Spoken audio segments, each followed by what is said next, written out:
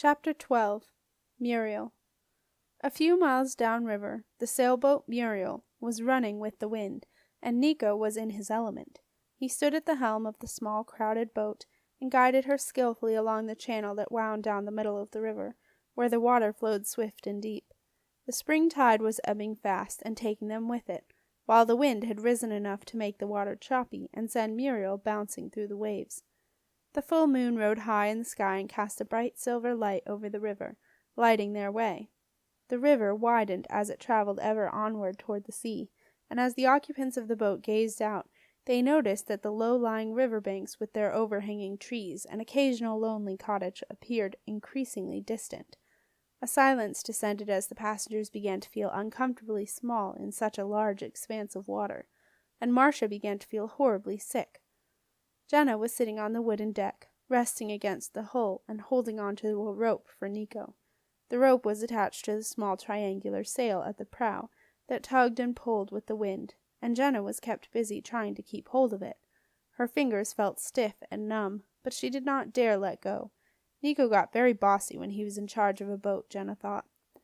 The wind felt cold, and even with the thick sweater, big sheepskin jacket, and itchy woolen hat that Silas had found for her in Sally's clothes cupboard, Jenna shivered in the chill from the water. Curled up beside Jenna lay Boy 412. Once Jenna had pulled him into the boat.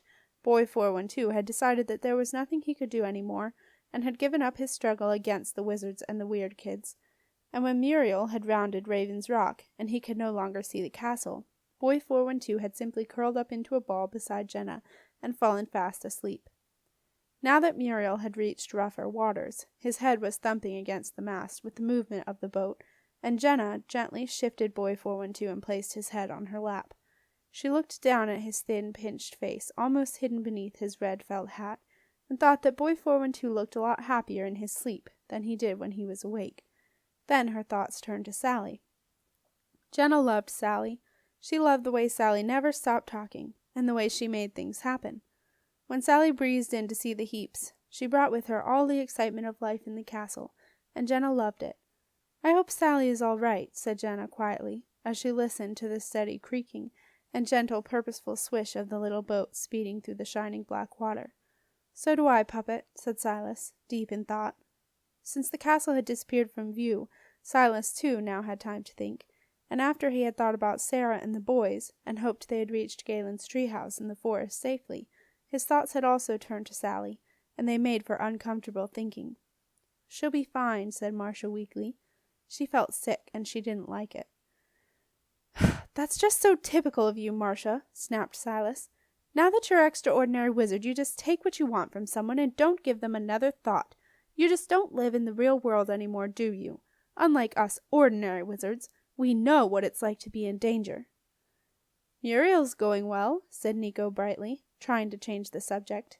He didn't like it when Silas got upset about ordinary wizards. Nico thought being an ordinary wizard was pretty good. He wouldn't fancy it himself, too many books to read and not enough time to go sailing.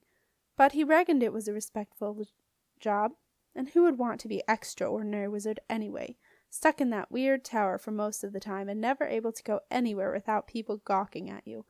There was no way he would ever want to do that. Marcia sighed. "I imagine the platinum keepsake I gave you from my belt will be of some help," she said slowly, gazing steadily at the distant river bank. "She gave Sally one of your belt charms?" asked Silas, amazed. "Your keepsake? Wasn't that a bit risky? You might need it."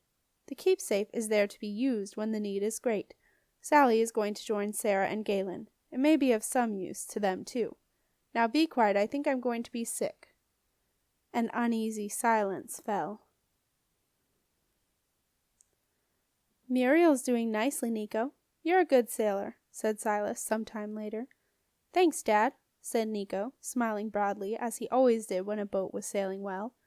Nico was guiding Muriel expertly through the water, balancing the pull of the tiller against the force of the wind in the sails, and sending the little boat singing through the waves. "Is that the Moran Marshes, Dad?" asked Nico after a while, pointing to the distant river bank on his left. He had noticed that the landscape around them was changing. Muriel was now sailing down the middle of what was a wide expanse of water, and in the distance Nico could see a vast stretch of flat, low-lying land, dusted with snow and shimmering in the moonlight. Silas stared out across the water. "Perhaps you should sail that way a bit, Nico," suggested Silas, waving his arm in the general direction where Nico was pointing. "Then we can keep an eye open for the Deppen ditch. That's the one we need." Silas hoped he could remember the entrance to the Deppen ditch, which was the channel that led to Keeper's cottage, where Aunt Zelda lived. It had been a long time since he had been to see Aunt Zelda, and the marshland all looked much the same to Silas. Nico had just changed course and was heading in the direction of Silas's waving arm, when a brilliant beam of light cut through the darkness behind them. It was the bullet boat's searchlight.